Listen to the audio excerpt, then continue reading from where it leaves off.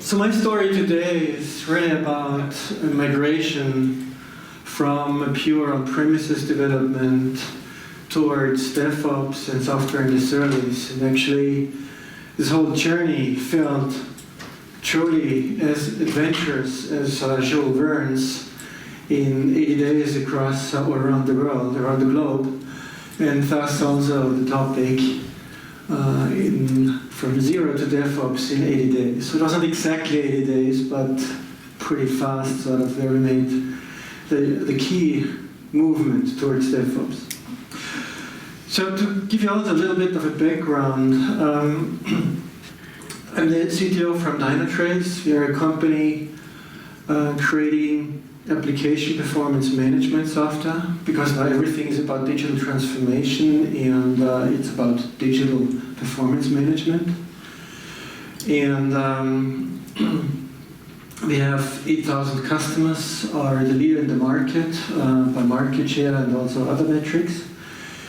And the story now is about how such a company that has 8,000 customers and 400 million in revenue actually has achieved the journey also by sort of cracking the innovator's dilemma by actually starting out a new project 4 years ago from scratch, greenfield, and apply then latest, newest practices towards DevOps in software as a services. So the story I'm talking about is all about a new greenfield development of monitoring for cloud natives.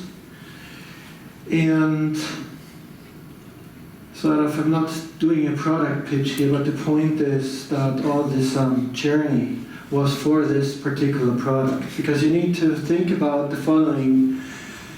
Dynatrace was founded in 2005, and all the way till 2011, we only created software that we would not operate ourselves. Actually, we would sell our software and the customers operate them themselves. So pure on-premises product. And in 2011, therefore, our standard was to do 2 major releases per year. And of course, we had one or the other smaller release in between. But no idea about how to operate that actually. And today, we are at 26 releases, major releases per year, 150 deployments per day, and it's both now a product that is available as software as a services in the same code base, also for on-premises customers, and which also means you always have to think about deployment too, because it's different between SaaS only and then on-premises. So now I'm talking about exactly this journey, how to come or how to migrate the development team of a couple of hundred people from a pure on-premises culture to actually now figuring out how to operate 24/7 and release with every other sprint. So the first lesson learned here is that truly going to continuous delivery is almost impossible if you haven't done and achieved continuous integration first. And here this was also sort of one of our benefits, that even that we built in 2011 only on-premises software, we had already a high rate of continuous integration cycles. So even with hundreds of engineers, every 15 minutes, the engineer got automatically a JIRA entry if that engineer broke the entire build or test run or staging system. So this is sort of the foundation. If you have continuous integration, setup and that automation in place, then the step towards continuous delivery first, and then continuous deployment is much easier achievable. And I've extended actually the continuous delivery and continuous deployment by the additional letter F, CDF, because I think one of the most important parts there is not to just deploy continuously, but actually have continuous feedback, and this is one of the most crucial items from my perspective. So now, to the question, why at all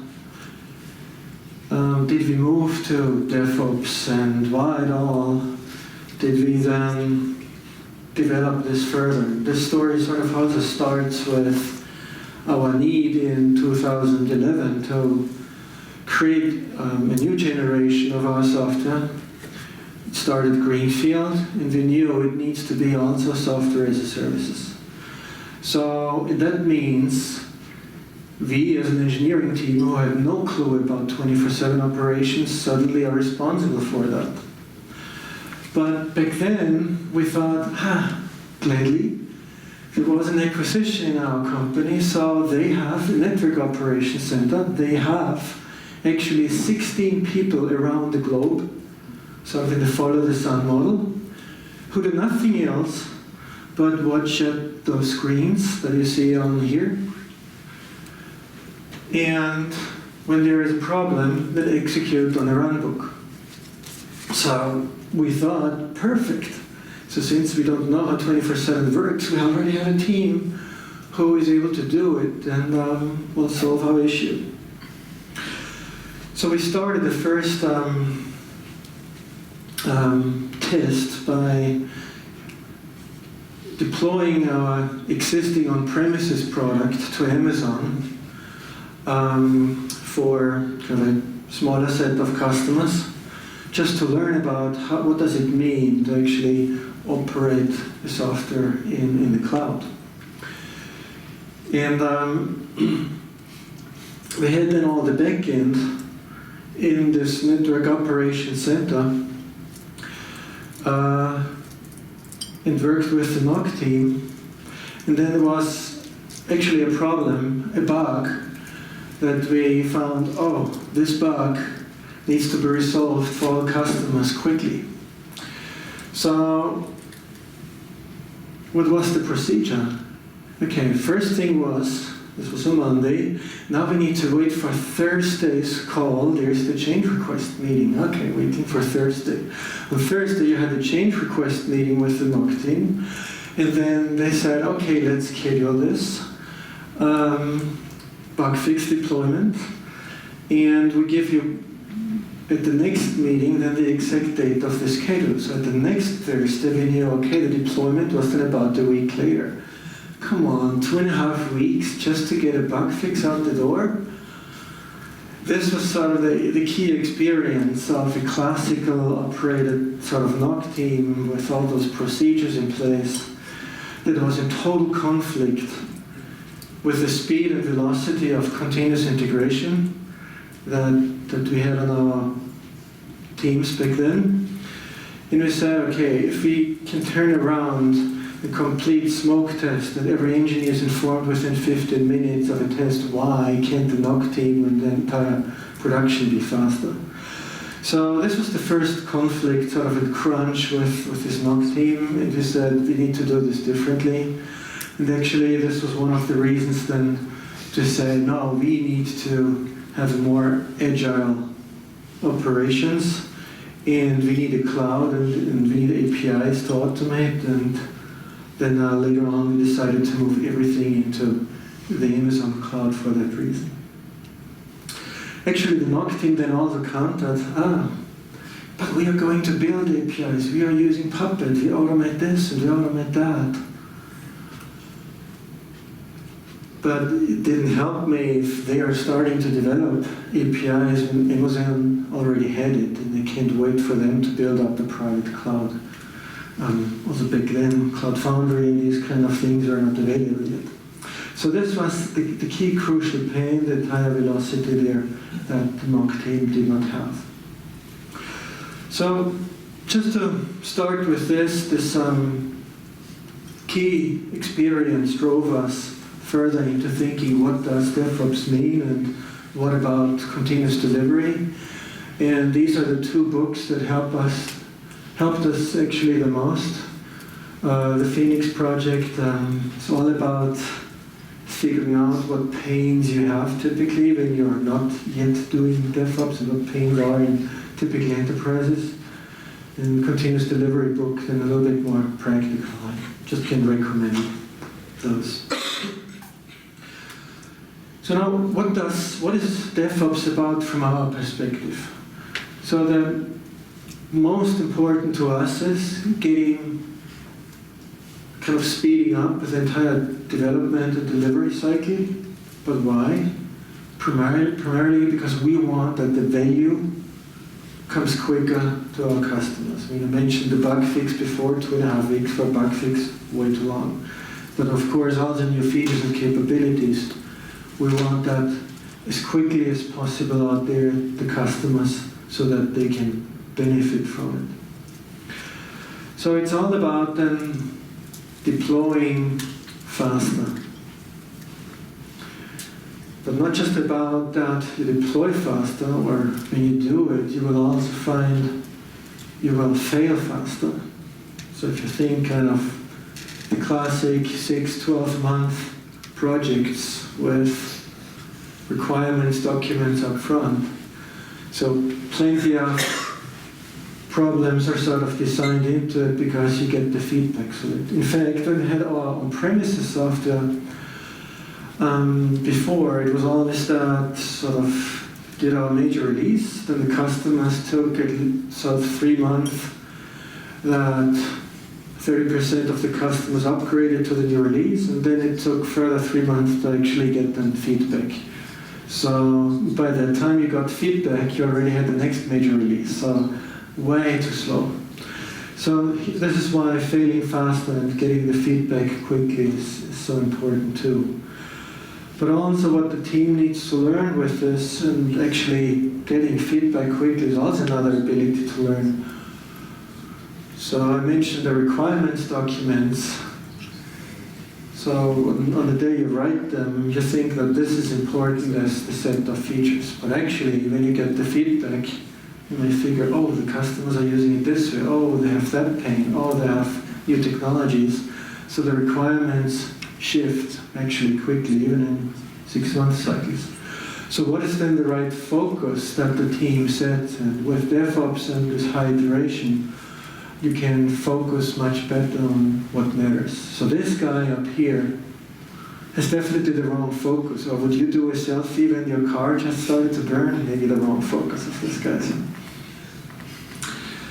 Then the other part that I guess every one of you wants to avoid is a situation where you would sit there in the war rooms with 20 other colleagues just to hunt down the bug and look at millions of log lines and whatever you use. So the point is also with DevOps to mitigate the risk, because the more frequent you deploy, the smaller the change, and the lower the risk sort of that it's a highly complicated problem, because you have fewer parts that have changed. So just to give you a few metrics, where do we stand today now? So we have about 450 instances in Amazon running around the globe. We have now just a SaaS offering for 2 years in production. 170 deployments per day, and we actually had only a 15-minute downtime of one of multiple clusters since June of last year. So what this shows is that the high velocity of the major release every other week actually does work. Because there's often the discussion, kind of, if you would release less often, then sort of test longer, your quality would go up. But actually, that's not the point. The feedback is so crucial, and automation is then needed to keep the quality up. So what's needed to get there? How do you really do a major release every other week and keep the quality up, or actually even better than before? The first thing is lift shift of the engineering team in their testing ability. So instead of kind of throwing the code over the wall to the QA team, testing is fundamental to each and every engineer. This is kind of also why I started out with continuous integration is key. So each and every engineer is responsible for all the unit tests, automated tests, and everything fits into the smoke tests. So in the other part, in the culture change, I mean, testing is natural that developers need to do this by now, but the key point here is the philosophy of every day a build that is production ready.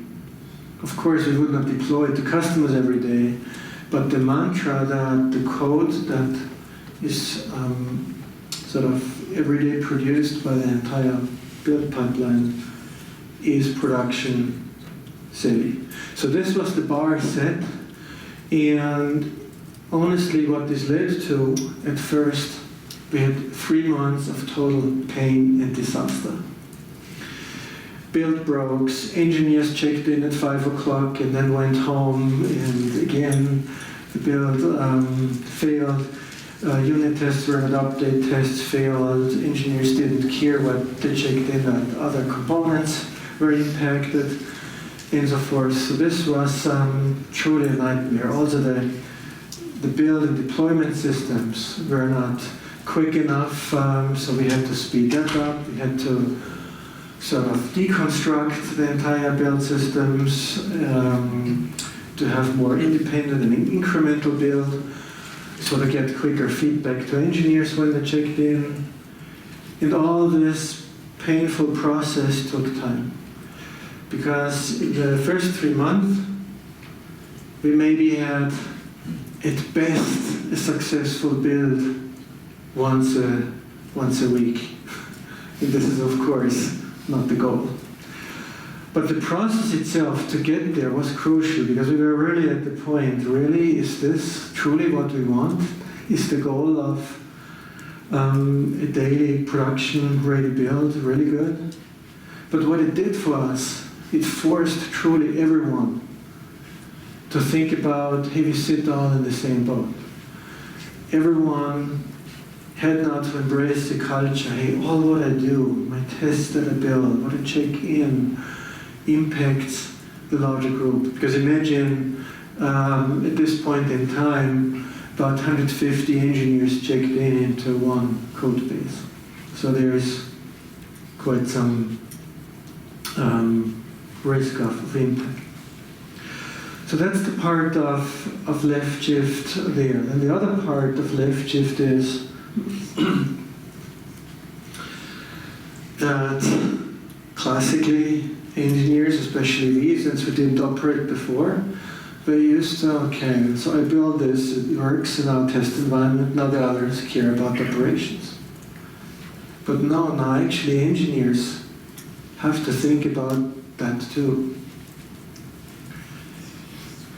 What does it mean for operations? And one way to really do this is start at the top of the engineering teams and have especially the chief software architects be responsible for production environments. This doesn't mean that they are now suddenly becoming operators, not at all. But the point is that the chief architects are suddenly responsible that they architect something that actually does scale, is fast, is secure, that they actually influence the development teams, because the development teams need to also obviously embrace non-functional requirements. And also the chief software architect is responsible to look every day at key metrics, whether it's performance metrics, whether it's logs, whether it's the health metrics of the system to make sure that the non-functional requirements are actually met. And this is sort of what was untypical, because before the architect kind of created things and the others operated it, but now the architect has sort of the responsibility to actually make sure that it works in production, but also then the benefit of getting the feedback quickly. So that is key, and maybe the one important part I also want to add to this is that it means also when you do sprint meetings, sprint reviews and plannings, it means that the chief architects have the same say as the product managers, and this is something unusual, because what I see so often and what's typically, and also what I have to change in our own sort of structure, is that the product manager stands here and says, no, we need this feature in this sprint because there are 2 customers waiting for that, so let's not care about performance, let's not care about this refactoring over there. And typically they overrule then the chief architects. But this is sort of the starting point of a disaster, because then you just lose all over time, and you lose the ability for sort of a high automation grade in self-healing and other items. So this was kind of a key item, and then it goes further about the team that with this, with having daily production-ready build. Of course, I mean, the build system built continuously, so basically every 15 minutes a build was ready. But having it daily production-ready gave internally in the cycles feedback, and it allowed us also another key mantra, and this was no engineer or team lead or even product manager was allowed to demo the product from their own laptop or own development system. They were only allowed to develop, to demo based on the system that had the daily build running, because this was mimicking best the production system. And this avoided sort of those situations, the classic ones, oh, it works on my machine, versus, no, this is truly integrated with the entire demo environment. And this made a big difference. And actually, it was often the whip needed to enforce the team again. No, don't show me what's sort of working on your screen, or don't show me your log outputs that sort of your feature is working. I'm only interested in what is the end user actually experiencing, and this based on this daily build system. So this was a key fundamental change that also drove the engineers and the teams to think more end-to-end, not just think feature, but think entirely what is the outcome and the experience to the end user. So this is exactly the speed is key of the sprints, getting feedback, and in this drives then another key item. So in addition to shift quality left, where the developers have to think about operations, it's now also about additionally the shift right in metrics. So development now also starts to think about, okay, now since we don't have an operations team operating our application, and I have the responsibility as a developer, I guess I need some visibility into that piece of code that I have developed, because I'm the one who has to fix it when it's breaking in production. And this is also a key culture change, and this is what we enforce there too, that developers, even before they start coding, need to start also thinking, what does it mean? What logs do I need? What performance metrics do I need? What other kind of business metrics do I need to understand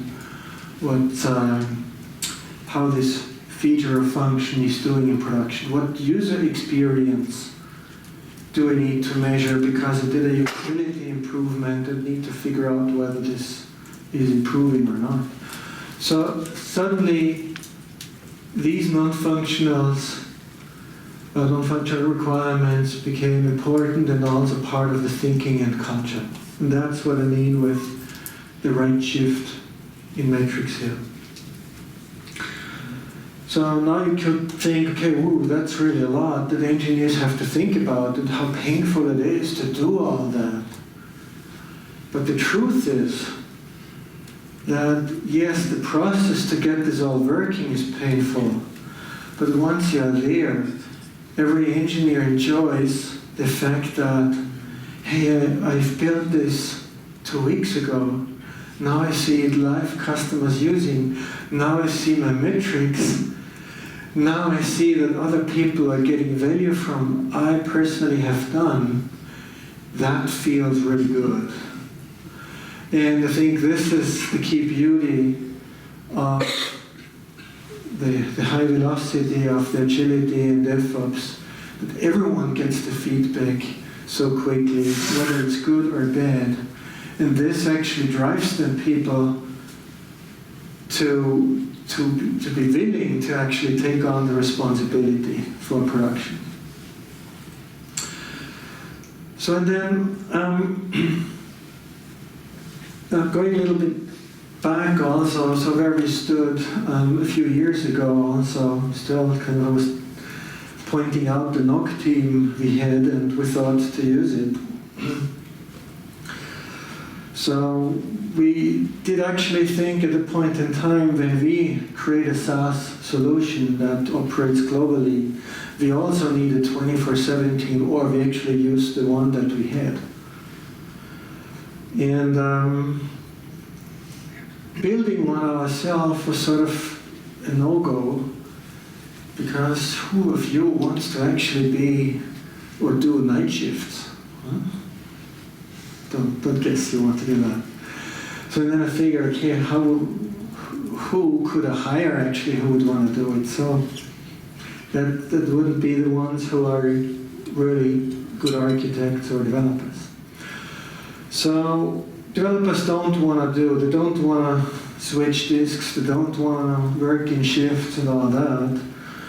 And basically it needed something different. And this made it clear, since we don't want to operate it, we have to have computers do it for us.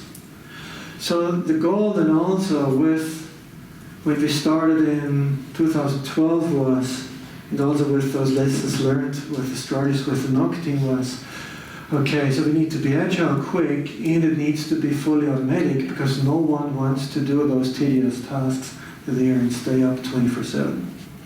So we built actually an orchestration system that watches 24/7 then all our clusters that are deployed and performs all remediation when there are issues automatically. So what this means is that throughout this painful process, where our goal then was to arrive at DevOps, we actually did arrive at no ops.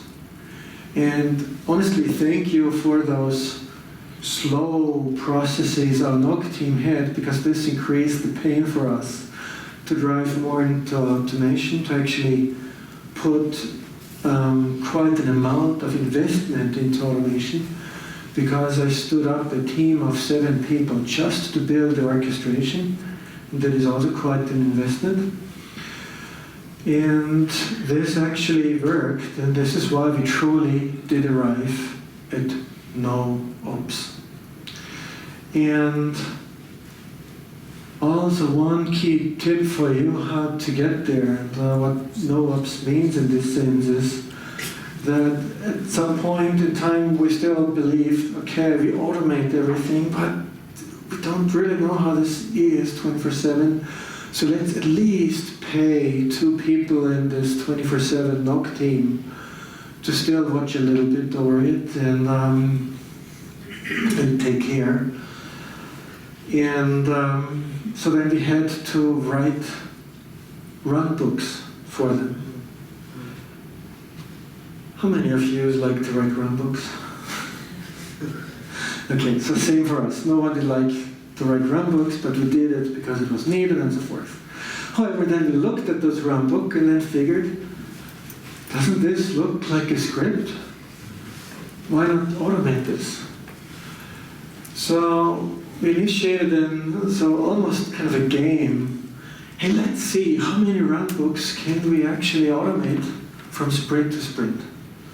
And it took us 6 sprints to get from dozens of run books to only a single one. And now guess what the content of the one last final run book was. What to do when the orchestration goes down? Exactly. So, and what the answer was, sort of the entry was, so if the system can't heal itself, call engineering. That's it.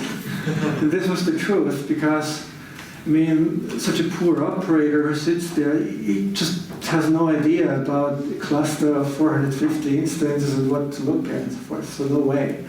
So it goes back to engineering. And this is also why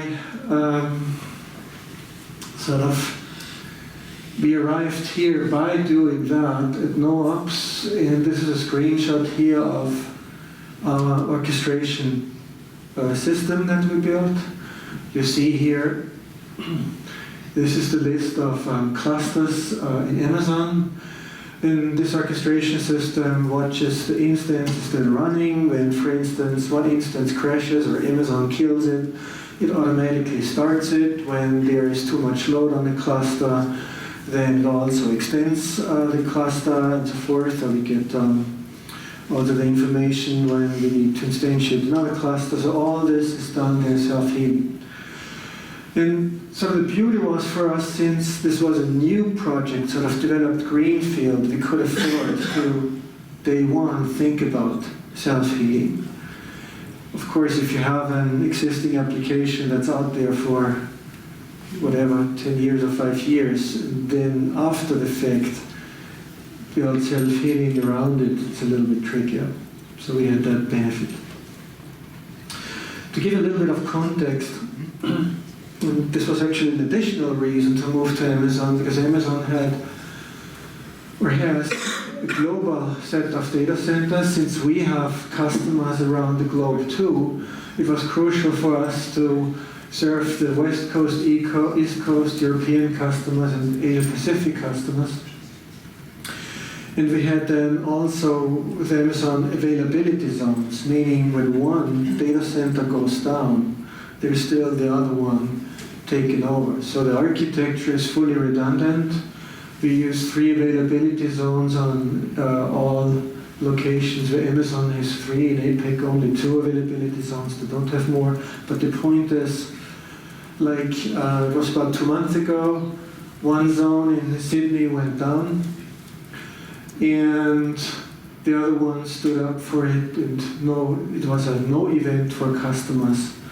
Only our kind of Monday, our DevOps manager, when she came in and saw, okay, on the weekend, half Sydney was down.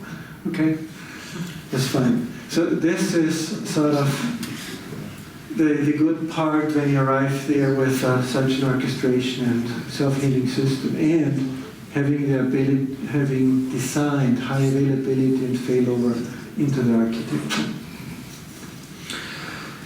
And this shows also sort of when in Sydney one availability zone goes entirely down. This is also, of course, unplanned, but you can do it yourself too, because when you design now new architectures, you want to design it in mind with things will go wrong and things should survive any kind of failure. And that's also what then now there's some chaos monkeys about that. Let one person in the team shoot instances or kill them just in production. Try it, and the system must survive that. And actually, also, it was one day that Amazon did it to us. It was when the Heartbleed bug was there, the security issue. And Friday afternoon, they sent an email to our DevOps manager, hey, we're now bouncing over the weekend on all the instances. And this was in the very, very early days of our orchestration. And so, of course, the DevOps manager was, oh, gosh, they are now bouncing all those instances. So she stood over the weekend watching them do orchestration just to make sure this is working fine. And it worked beautifully, except kind of one little script update or so she did. And that's it. This was sort of the early days. But also what I want to tell with this story now is that the DevOps manager is definitely not the operations manager that is today understood as an ops manager. The DevOps manager is also not the person operating sort of 24/7 the systems in a different style. No, actually the DevOps manager is the product manager for the orchestration. And I think this was a key aha moment sort of after the fact. I never planned her to be the product manager, but it ended up that she is now the one leading DevOps, but the one driving the engineering team for the orchestration in defining what are the next key steps that the orchestration system needs to be improved so that it's truly self-healing. And the beauty is she is a DevOps manager also is in a, or put it this way, she's on a schedule where she doesn't need to be in the office, but she needs to be available when there is an issue, plus her team of 2 people. Actually, everything is managed by a team of 3 people, the entire sort of production system. And she uses PagerDuty to get an SMS when there is an issue.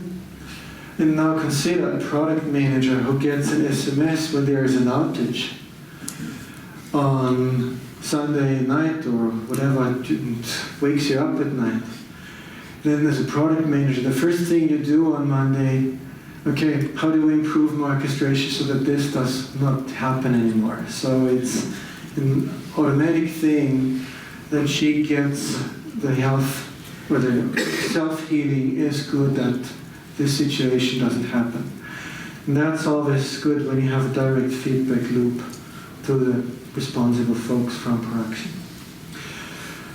Yeah, this is just not the most current one, but just a quick view about availability. So you see here several clusters. They operate it the Dynatrace system here is multi-tenant, and each cluster handles thousands of tenants.